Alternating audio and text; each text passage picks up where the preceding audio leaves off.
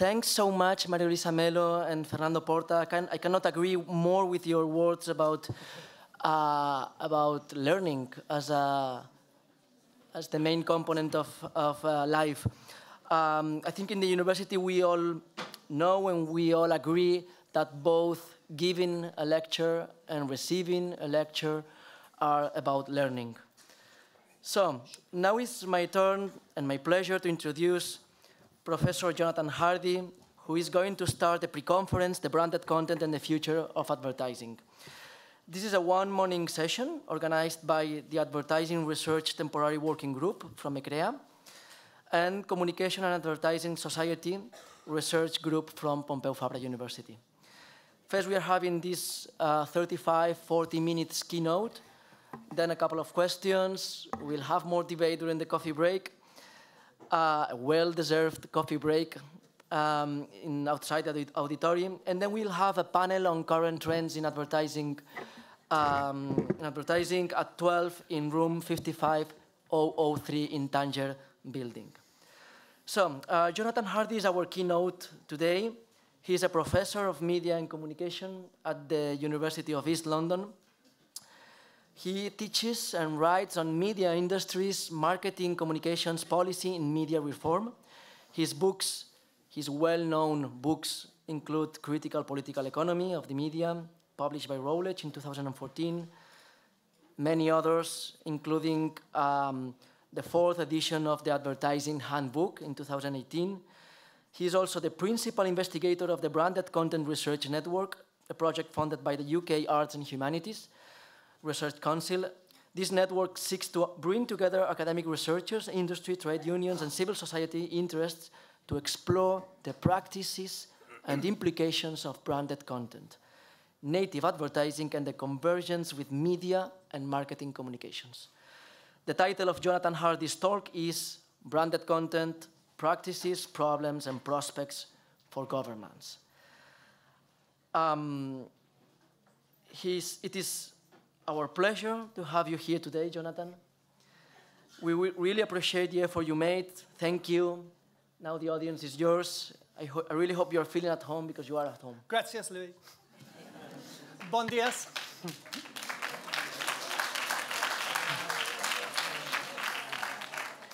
Debo hablar con usted en inglés. Lo siento. The relationship between media and advertising is changing profoundly as they converge and come together across platforms. Increasingly, brands are involved in the production of media content. This branded content takes various forms, from material that is self-published by brands through to publisher-hosted material carried by third-party publishers. So, in my talk, I want to cover 3 parts quickly. I want to talk a little bit about the practices of branded content. I want to highlight what I think are problems. And I want to discuss prospects. If there are problems, where might we look for the sources and agencies that might be capable of addressing and tackling those problems? One response from academics when branded content is discussed is to say nothing is new. Scott Donerton described the merging of advertising and entertainment in his book, Madison and Vine, published in 2004, which was based on a newsletter, a column, published in Advertising Age from 2002. Nothing new. I like it when academics say this because they invite us to think about history, think about how branded content emerged and developed. But of course, I'm standing here because I don't agree. I don't agree that the cartographers have mapped out the terrain safely. There's much more to explore and to be said. So I want to start today by reminding you of Scott Donerton's argument. Donerton argues that the alliance of advertising and entertainment media is a means to repair the damaged business models of both. Branded content is important, vital even, to save media and marketing communication industries. Why? We are witnessing, says Donerton, a fundamental transformation of the business of marketing communications from an intrusion-based model to an invitation-based model, from push to pull. This represents, says Donaton, a shift of power from communication providers to us, consumers. Empowered consumers can bypass advertising messages. So the central claim of Donaton's book is an important power shift has gone on from producers to consumers, and this is the driver of innovation and change.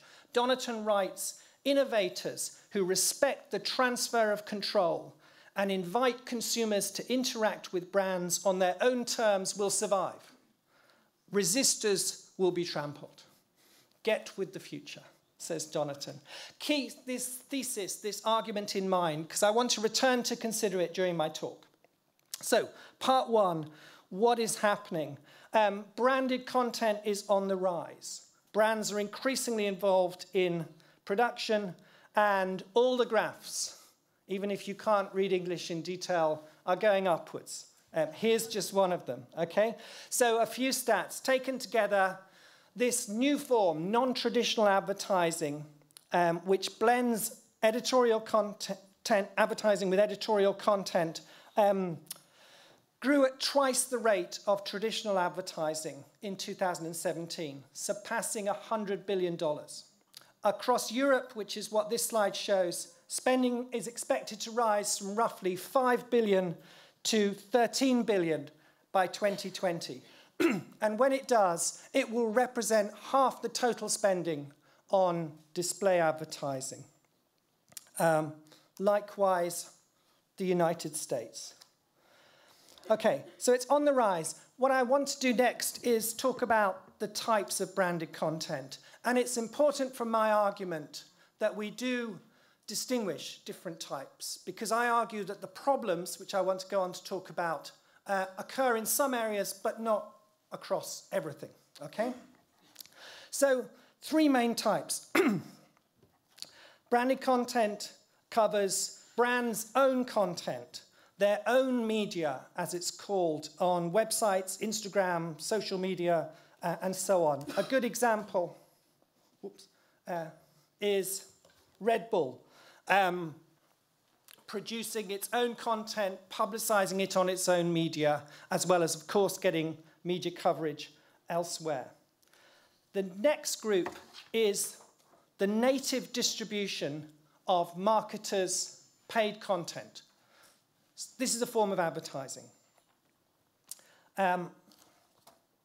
And it occurs, sorry, my slides are slightly in order, across sponsored content on new media forms. Here is Instagram.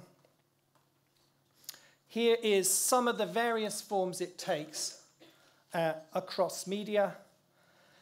And the crucial thing about this second group is it's increasingly programmatic. It's part of the digital buying and selling and placing and arranging of advertising. So that top slide just highlights some of the ingredients which can now be assembled quickly in real time to order new forms of advertising. And the bottom slide just shows the kind of digital networks that now take us from brand to user. Okay, so three types. Brand's own content, the second I've just shown you, and the third, publisher-hosted content. Content that appears in traditional print publications and online publications. So here from the Institute of Advertising Bureaus is a rather detailed mapping, and I've highlighted in red this third group, publisher-hosted branded content, which is what I want to talk about through most of my talk. But why is this happening? Underlying the growth of branded content are the opportunities and challenges arising from transformations in digital communications. Branded content offers some media an opportunity to offset falling revenues from traditional advertising, and for marketers, an opportunity to seek engaging content that will overcome increasing resistance to advertising, ad avoidance. That ad avoidance isn't new. If we look at a sector like television, people were fearful of the rise of the remote control in the 1970s, the VCR allowing people to fast-forward video in the 1980s, DVDs in the 1990s, and so on. But just to pick that area, clearly a very important shift is underway in television. I saw that for the first time in Spain, pay TV revenue has now taken a greater share than free-to-air traditional television. In other words, the income in Spanish TV is now predominantly in a subscription world rather than a world of advertising shown between programs. 564 million for pay TV versus 560 million. So with that, for example, we've seen the rise of product placement. If people are watching less TV interrupted by ads between them, something that's been there for a long time is now very much intensifying. Product placement produced by the new video sharing services like Netflix, Apple, and so on. So some recent research has shown that 100% of Amazon's original programming contains product placement, brand integration. 91% of Hulu and 74% of Netflix's original TV production. So these are some reasons why it's intensifying. In publishing, the decline of print readership, especially amongst the young, has reduced the value and effectiveness of display advertising. And more generally, across digital media, so-called banner blindness, the notoriously low click-through rates for online advertising, has prompted efforts to develop new and attractive ways of marketing, branded content. So branded content responds to a series of problems of reaching audiences and also responding to changes in audience attitude and behavior. And here I think Donaton is quite right in Madison and Vine to describe the growing resistance, particularly amongst younger people, to interruption advertising. Marketers must learn to be invited. So the attractions of branded content for marketers include providing relevant, valued messages, increased consumer engagement, building awareness, and generating buzz. So the United States Association of National Advertisers, for example, says the main benefits of native advertising, advertising that blends into the environment in which it appears, is the ability to create extremely relevant associations between the brand and consumers via content. Given today's media landscape, where consumers can avoid ads more than ever, advertisers are looking for new ways to get their messages noticed and acted upon. It's now much easier to assemble marketing content, test it, and respond and adapt to it. Okay.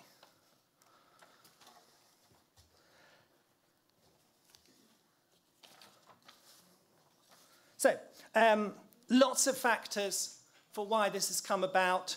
We should remember, of course, that it's not new in itself.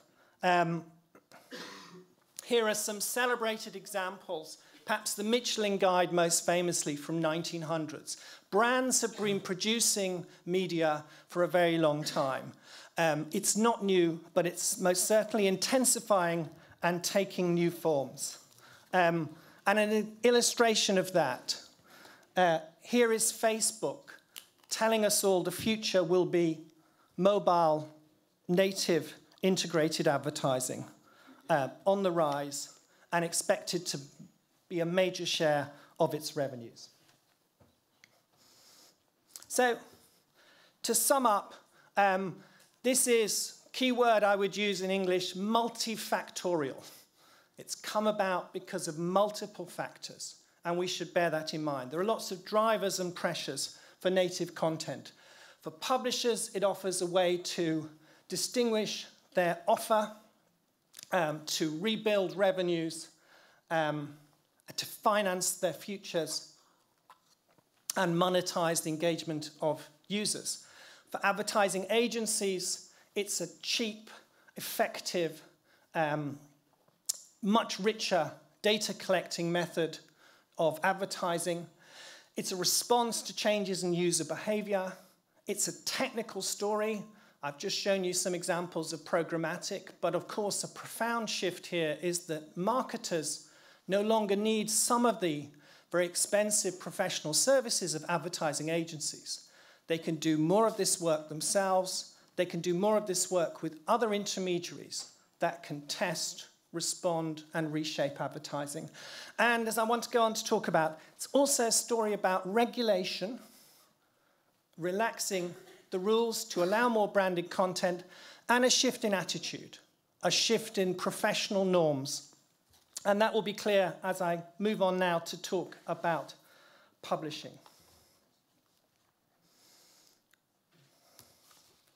So in publishing, again, we are not dealing with, in some ways, a new phenomena. In English, we have the phrase advertorials, adverts that look and follow the form and style of editorial content.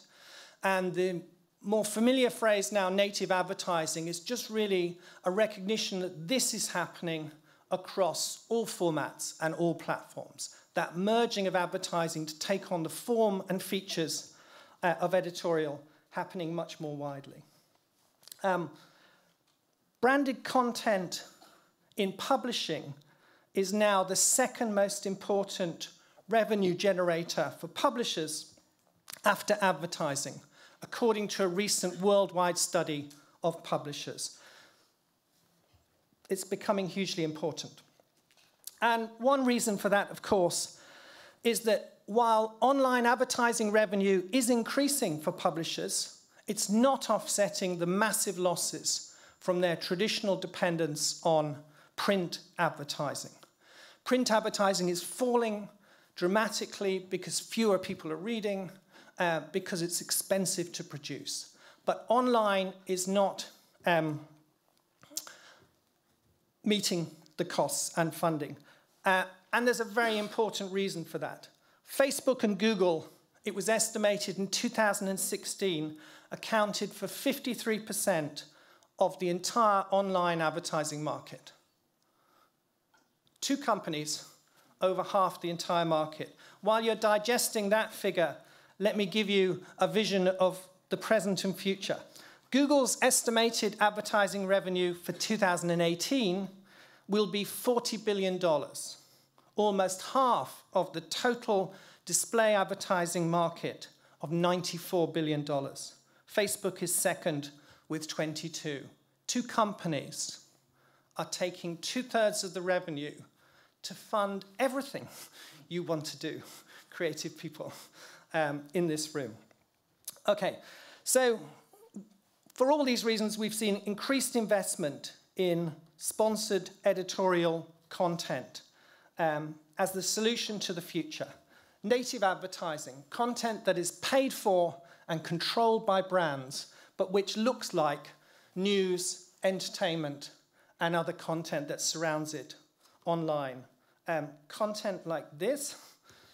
This is a very famous Netflix advert taking over the front page of a distinguished newspaper, the New York Times, to promote Orange is the New Black.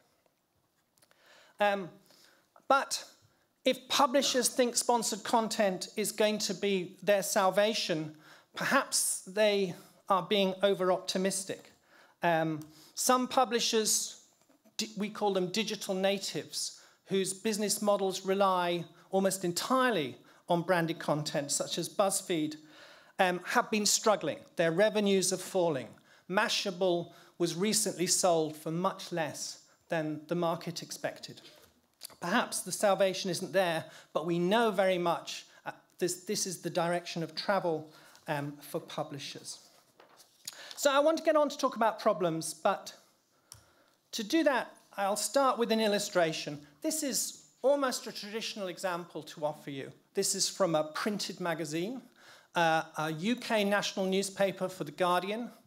The edition I've taken it from in 2016 contained 5 pieces of paid content, branded content, for Nestle, San Miguel, Greenpeace, but this is the one I picked out for Airbnb.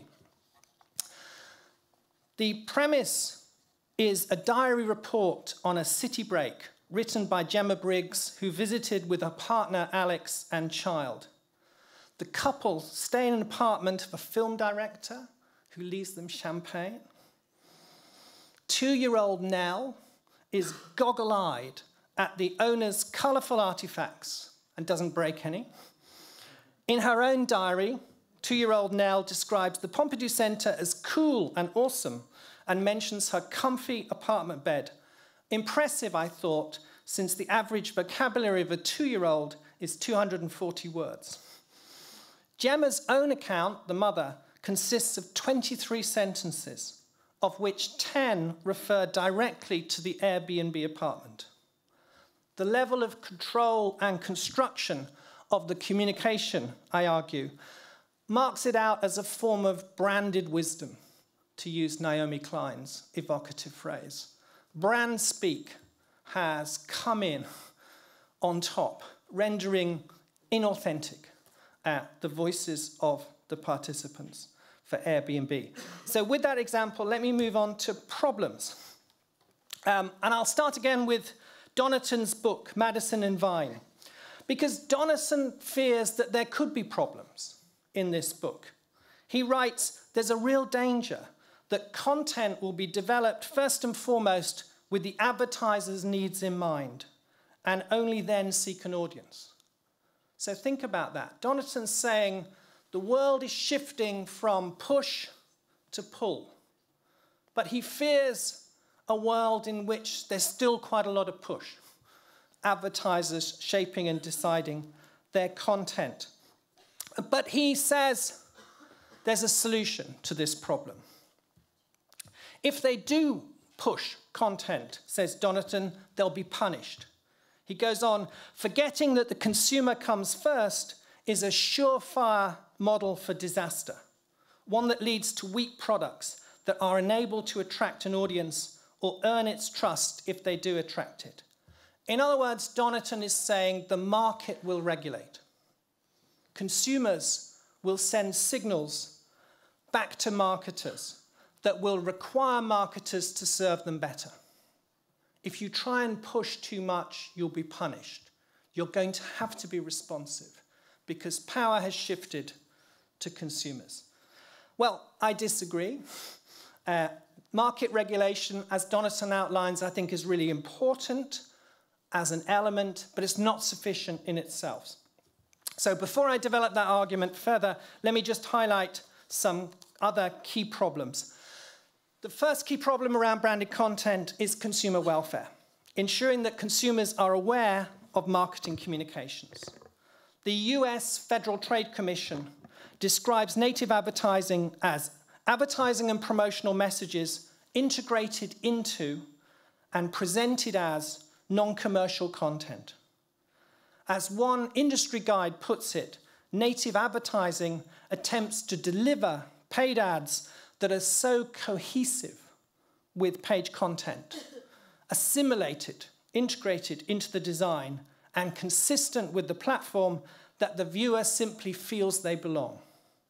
More critically, this is described by another advertising executive as ads wearing editorial clothing in an attempt to make you believe that what you're reading is objective.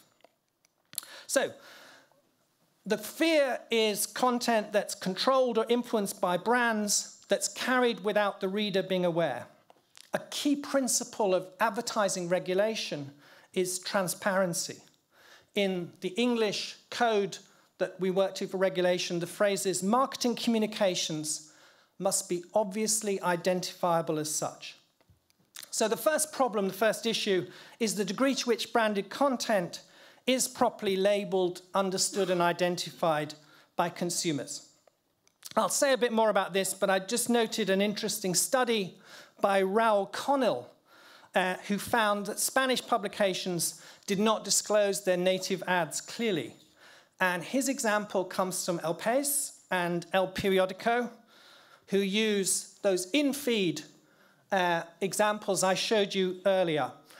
Quite controversial format, paid content that's embedded into the main flow of news and placed where the user is expecting to see editorial content.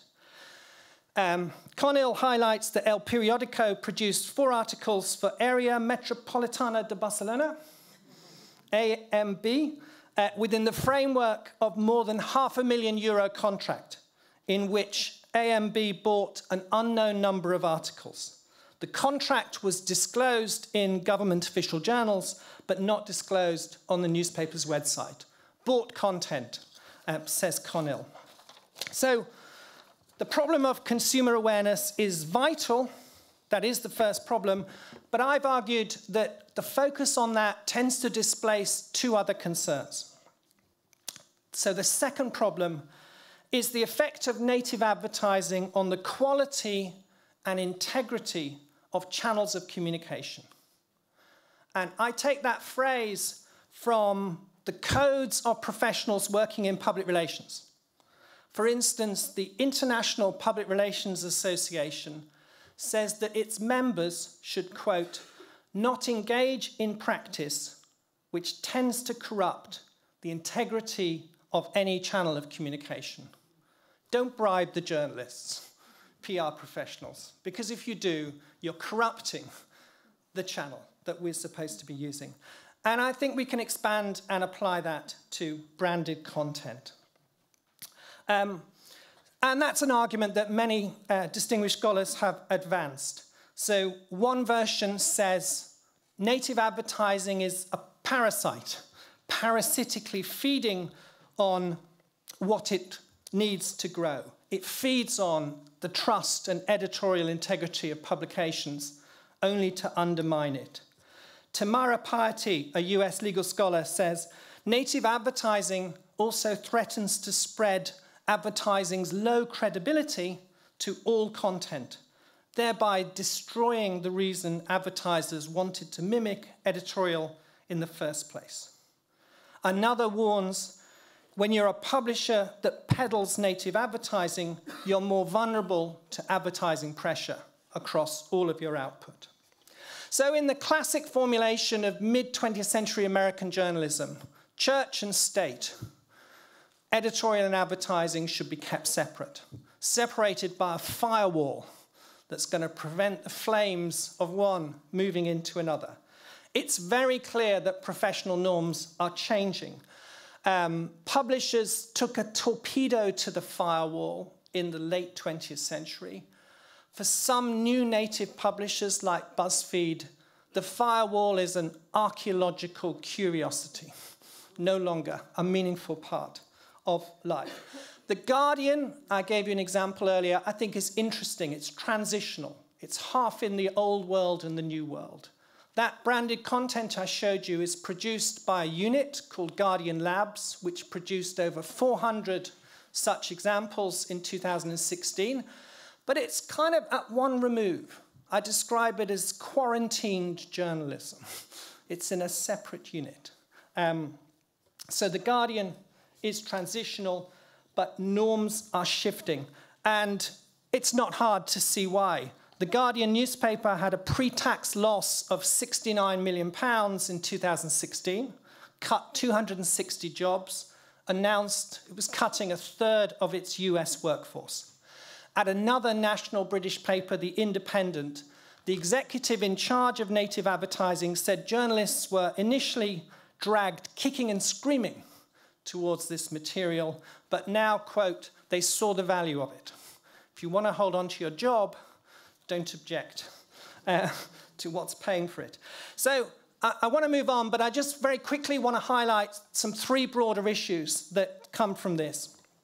Firstly, branded content is part of a much wider concern about trust across our media and in journalism. Secondly, as Conil's example from Spain highlights, branded content is not just about commercial brands, it's also about politicians and others.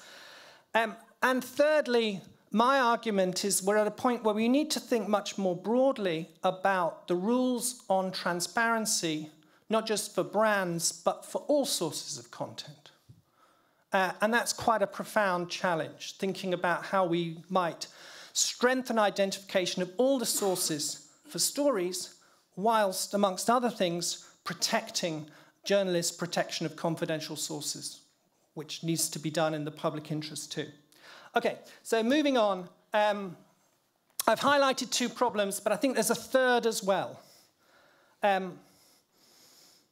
Radical critiques of the media go beyond the first two critiques I've outlined and raise a concern about the more system-wide consequences for communication provision of privileging marketers' voices. So the main third problem is about marketers' share of voice across our contemporary communications. We can draw here, to be academic for a moment, on the work of a critical media sociologist, Nick Couldry, who examines and draws on Judith Butler's work to think about the materialization processes through which some voices come to be heard and others not heard across public communications. Couldry sets against neoliberalism a valuation of voice as the ability of people to give an account of themselves. Who's able to give an account of ourselves, to share with others across the media is the concern. But Couldry, in this rich analysis, doesn't address advertising, which I think both confirms and complicates the analysis. In the Guardian B&B example I gave you, not only is a corporate voice privileged through marketer-controlled communications, but there's a kind of corporate ventriloquism in the storytelling, which renders the voices of the tourists both embodied and inauthentic. So, problems.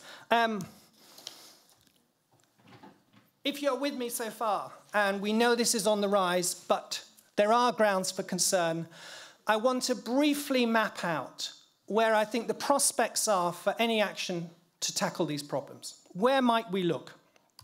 And here I think are the main places we might begin to look. What about the industry itself? What about regulation from states, national, European, supranational? What about that argument for consumers that Donaton gave us? And what about other resources across civil society?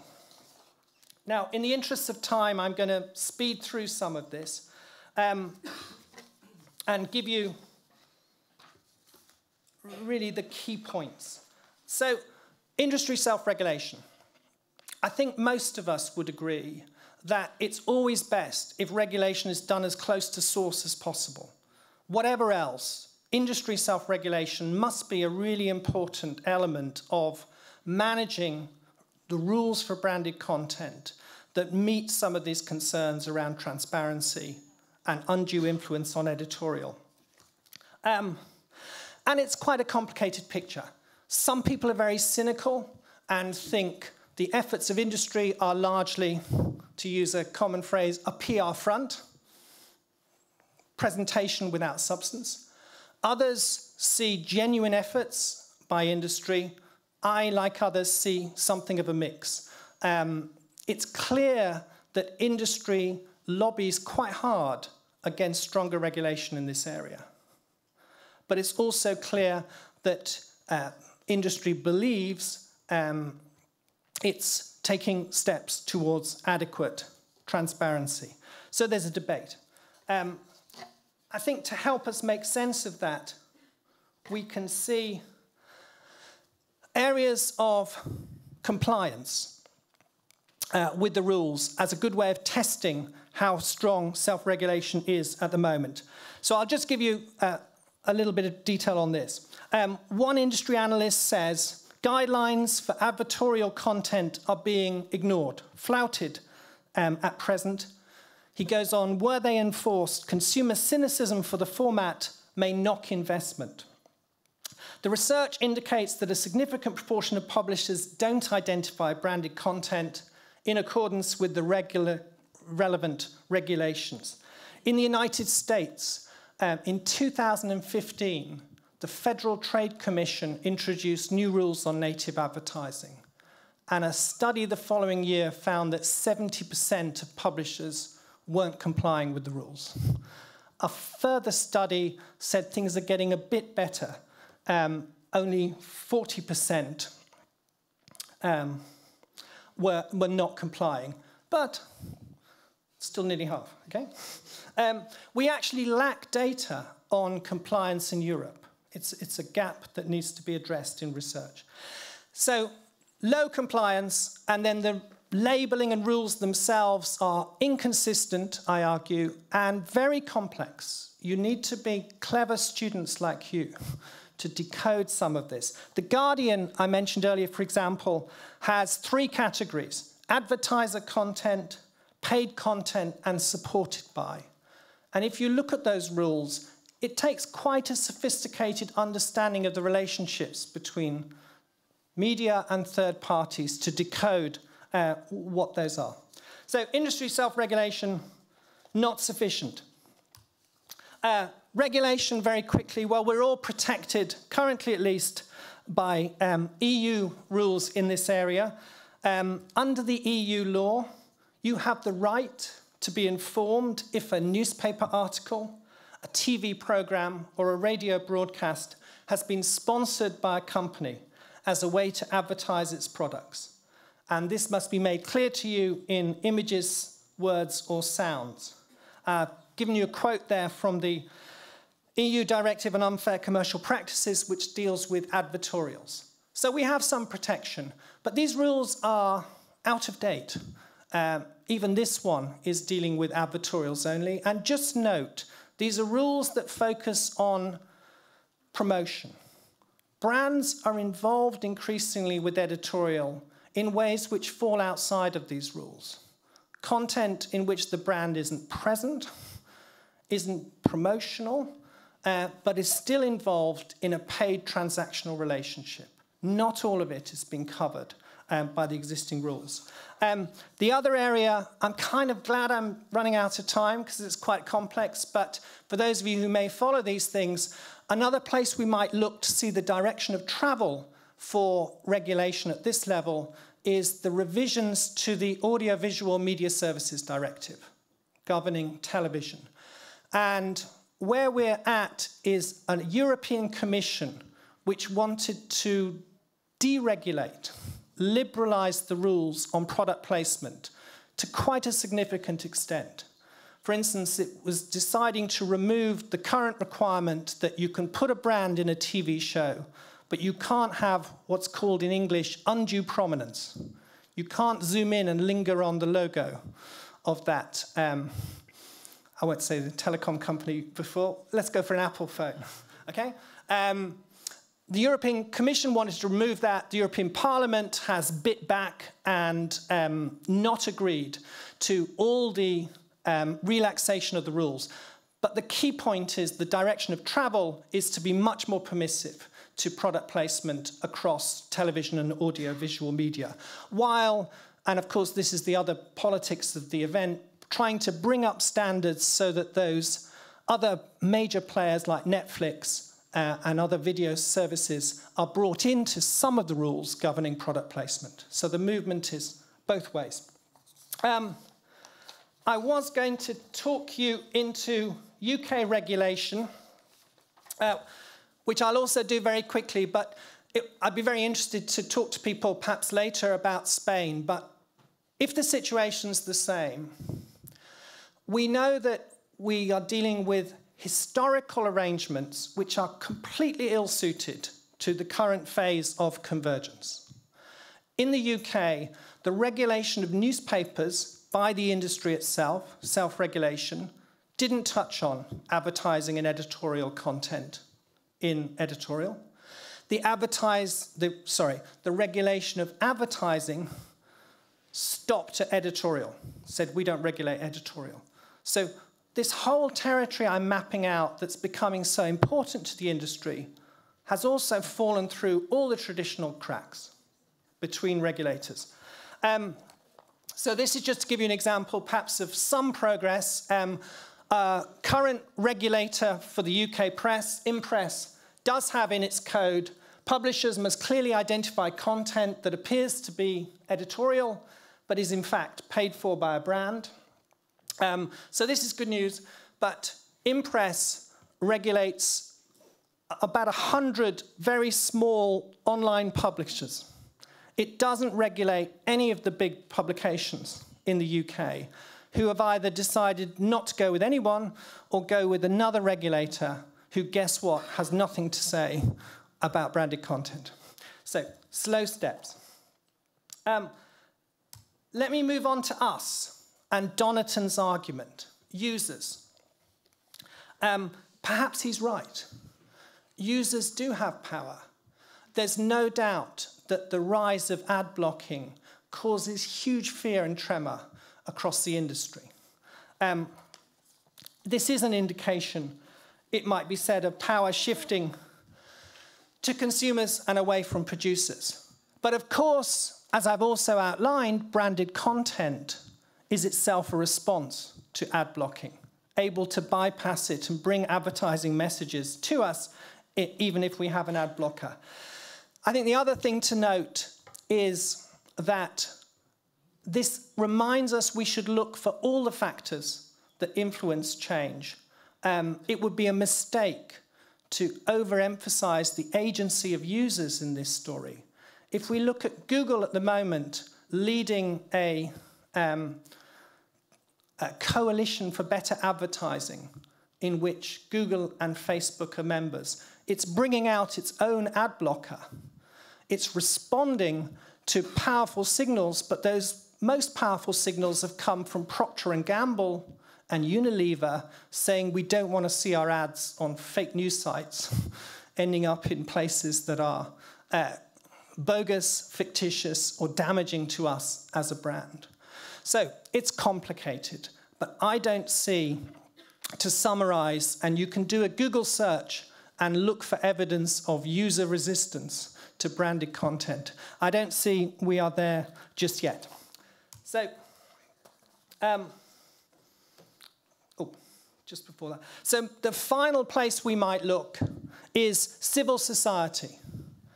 If users individually can really only exercise limited powers to accept or block ads, civil society for me means health, children's organizations, which can be powerful lobbies on advertising. It means trade unions. It means organizations concerned with the media. It means non-profit, non-commercial publishers and others. It means campaigns that do culture jamming, brandalism, subvertising, organized groups that want to challenge aspects of advertising. So they're all out there. But to summarize here, in my view, action on advertising has generally only happened when two conditions occur. Firstly, powerful interests within civil society, i.e. not just media, people like me, but health and children are organized. Then politicians and regulators respond. And the other condition is public awareness. And it would be too cynical to say that the debate on branded content is entirely blocked across the media. It's not true.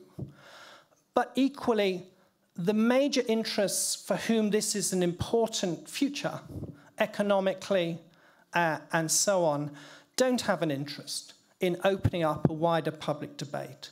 So without those pressures, I'm sanguine about the prospects for action from civil society. So briefly, this is the context in which I, as a researcher, working with many others, are trying to say, what do we need to do? One of the things we need to do is to see how new rules are emerging for branded content. And I'm very pleased to say Jose Fernandez-Cavia, who's here today, Patricia Nunes-Gomez from Madrid, are partners with us in a planned project to investigate the new rules of the game for branded content across Europe, with a particular focus on Britain, Spain, and Germany. And just to highlight one thing from this, the future will involve a mix of agencies. I've mentioned a few. They're all going to be involved. Governance, to use a key academic phrase, is going to involve a mix of actors, and it's going to take different forms. And this is a project to investigate it. So to sum up, what are the prospects? I think it's a moment of opportunity. And I think that because there are wider concerns in this moment about digital communications and content. I think Scott Donaton's book reflects a moment of techno-utopianism and confidence in technological solutions.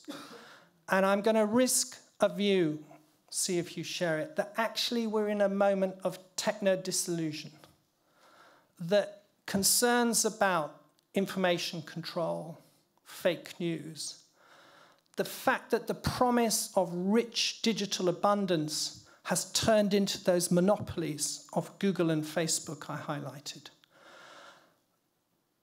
Help us understand why, amongst young people, digital natives to this world, there is also rising disenchantment. Young people turning away from advertising and increasing ad blocking. So I think there are very powerful forces driving branded content, a merger between the major forces in the communications industry and the advertising industry. But I think it's a moment where there is disquiet. And it's my view that branded content connects to the biggest issue of our time for us in communication, which is going into the 21st century, how should communications be organized and governed? What should that be? I think branded content needs to be part of that discussion, and I'm delighted to have had an opportunity to share that with you today. Thank you.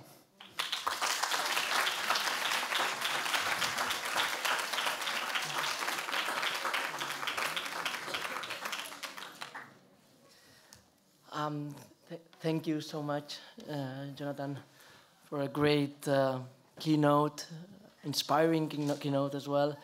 Now we have a few minutes for questions. I'll collect some of those, 2 or 3 questions in a round, and Jonathan will answer to them all together. So, questions? Anyone?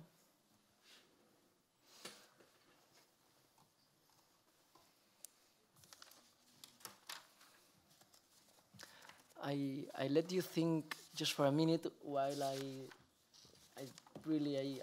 do ask a question for you, Jonathan. Well, it's just a thought, actually.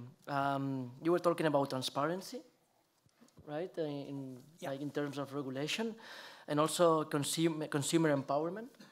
So I think, well, came to my mind whether, consumer literacy in terms of education policies on branded content literacy, does it link regulation and consumer empowerment? Like teaching consumers to understand what branded content is in... Absolutely. I mean, I think it's clear that going into the 21st century, what's sometimes called amongst specialists command and control regulation, the idea of rules coming down and being enforced, won't do. We're in a much more dynamic world. So yes, absolutely. Media literacy, digital media literacy. I saw earlier in the presentation there were elements of that in schools. And as part of our project, if we get funding, Patricia from Complutense University in Madrid is going to be leading a project which looks at children's recognition and understanding of native advertising. There's a lot of research in this area, but we want to contribute to that, and I'm very excited to do it. Media literacy, just to tell you a UK story, became formally recognized by the government in 2004. We had a Communications Act, and many of us in the field are still trying to raise visibility to deliver on that really important promise. And maybe we're getting there. In the UK, we've just had a major investigation into fake news. And one of the recommendations of politicians, not surprisingly, is to help people decode sources. So people like me are saying, you know that argument you've just put for political advertising and fake news? Can we extend it? Could you actually take in this wider field of commercial communications too? I don't think we've succeeded yet, but it's a tantalizing moment to try and invite that connection to be made. Thank you. Questions? No questions? We can... Sure. Just coffee. Question here. People get punished for asking questions too close to coffee. The whole room says, why did you ask I think our brains need sugar, right? But we have a question. We do have a question. It's me. So my question is about the fact that, as we have seen this morning as well, many consumer companies and brands engage in activities of branded content that has some degree of social importance, some degree of social responsibility, whether it may be with children, with education, or with different kinds of social related issues. So this is, on the one side, this may be very important because sometimes private companies may step in where the public is failing now or is lacking. But I would like to ask you to give us your thoughts about, is this all good, or where this may start to worry us in the sense that these are for sure, there's a good side in it, but it's still a promotional endeavor. So what are the risks connected to this? Yeah, I mean, I'm not a critic of all branded content. I think there's immense creativity in brands' own promotions. As I tried to indicate, the areas of concern for me are when this communication steps into a space that's precious. And it's precious either because it's got values of editorial that I think are being threatened. And again, the answer to that may not be to say no branded content, but it may be to address what kind of labeling and transparency and rules actually work. And I think more broadly, I do share a radical argument which says we should all be concerned if more and more of the communication space as a whole is occupied by paid communications.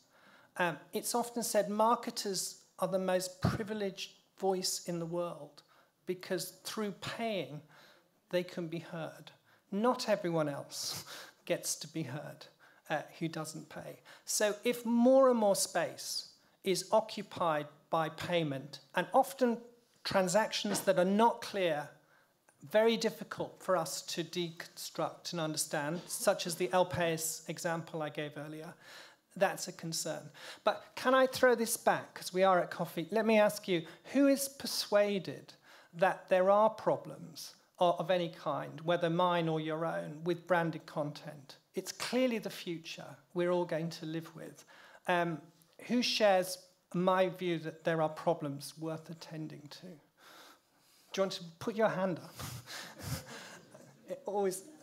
Okay. Well, Louis, you're the fair-minded judge. What would you say? Half? Bit over half. I'm optimistic always.